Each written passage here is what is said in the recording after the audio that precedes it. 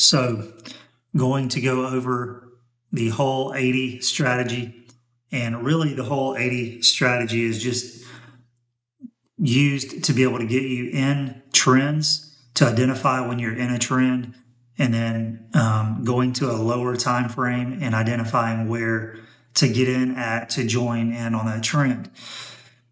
Discussing the whole 80 as we had done before, it's just a moving average, and essentially when you are above the yellow, you're expanding. When you're below the yellow line, the 80 line, you are contracting. And what we want to do, and I'm just going to go back to, I'll go back to right here. And then every time that we get above it, we are expanding.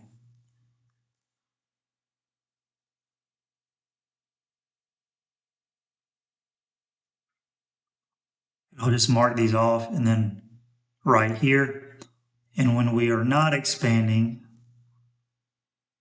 across below it, we are contracting.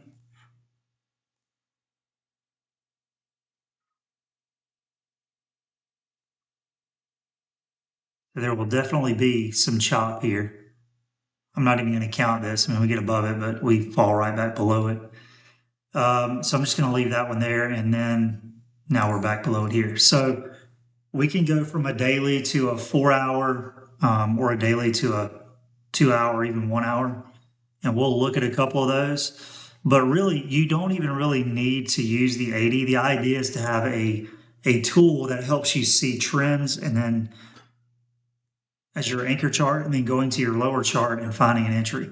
But you don't have to use this, right? Because what you can do is use the EMA or the SMA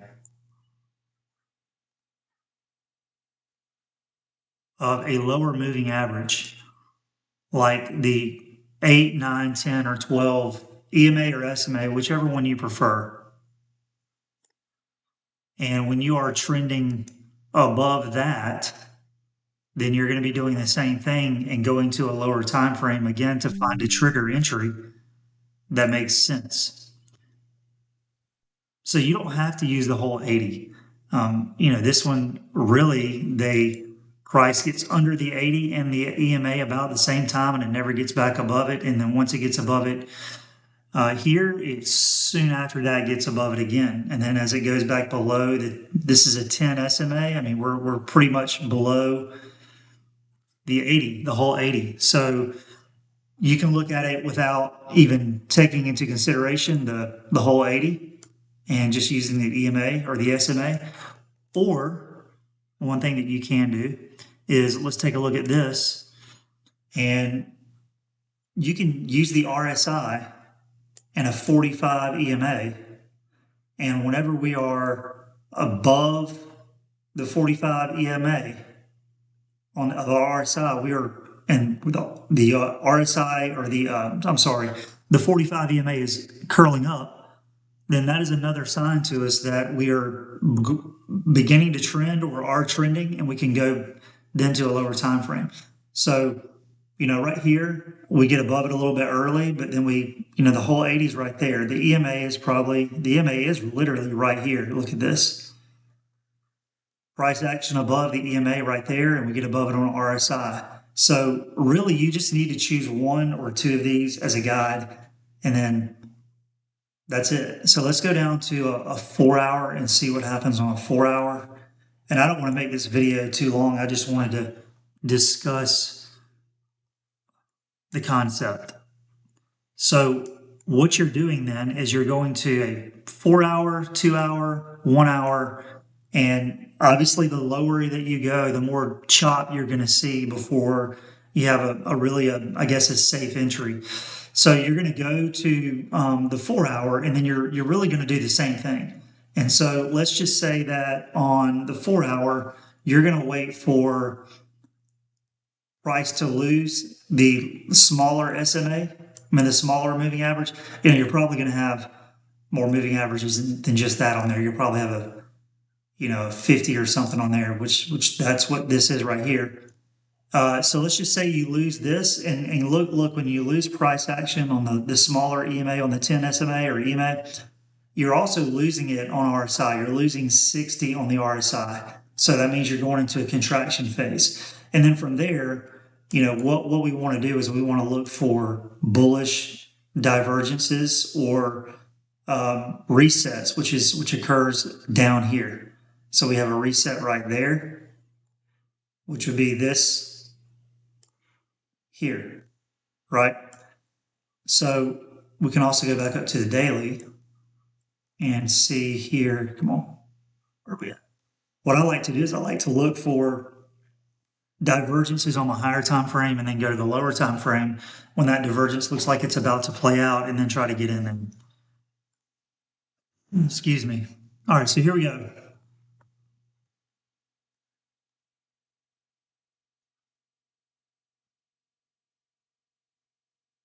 So we're on a 4-hour. And about the time we get back above the 10 SMA, we have a reset and we jump in. The guy that was describing the strategy says that on his trigger chart, he always waits for stochastic to get back above 50, right? Instead of crossing up over 20. He wants it above 50, which that would have put you in here instead of here. So just a small change, nothing that big. And then you want to try to go, I try to go 1.5 at least to 1. And so you get that there. And then we're waiting again and we get back below here. So we're waiting for our RSI, our stochastic, to show us some sort of a reset, and then we get that here. And then we're back in trend again. So we're going to go for a 1 to 1.5, and we hit that right there. And then we go below on the 4-hour, and we're looking for something to tell us some reset, some bull divergence. And we don't really have anything, and then we roll over. We're below our moving average, and now here we are contracting on the daily chart under the 10 SMA or the whole moving average, or even under RSI losing 60. So now we're not in a trade, we're just waiting to see what happens.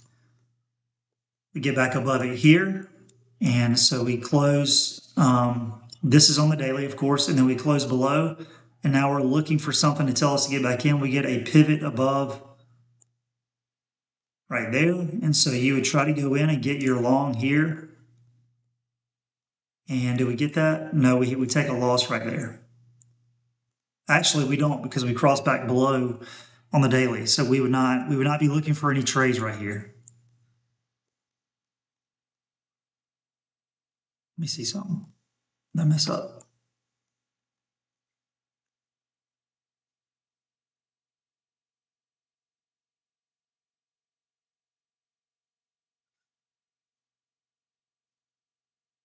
No, I don't know why I had that.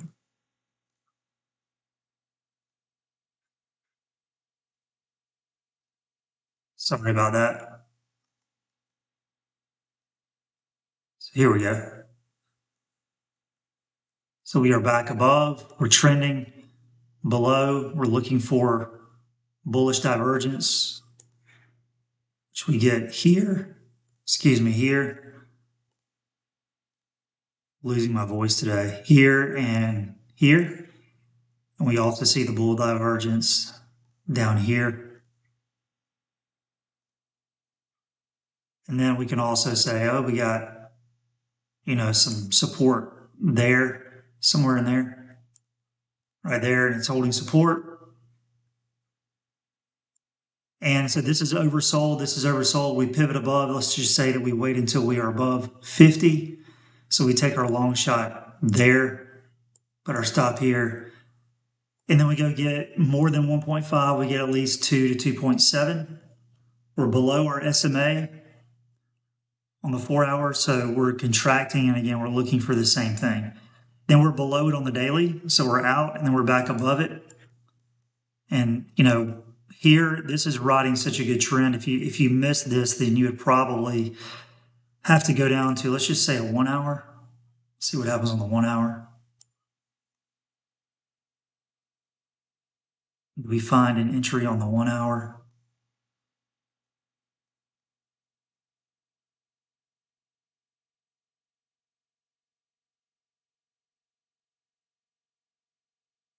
I mean, yeah, you could use that right there because you are above it. Put your stop here.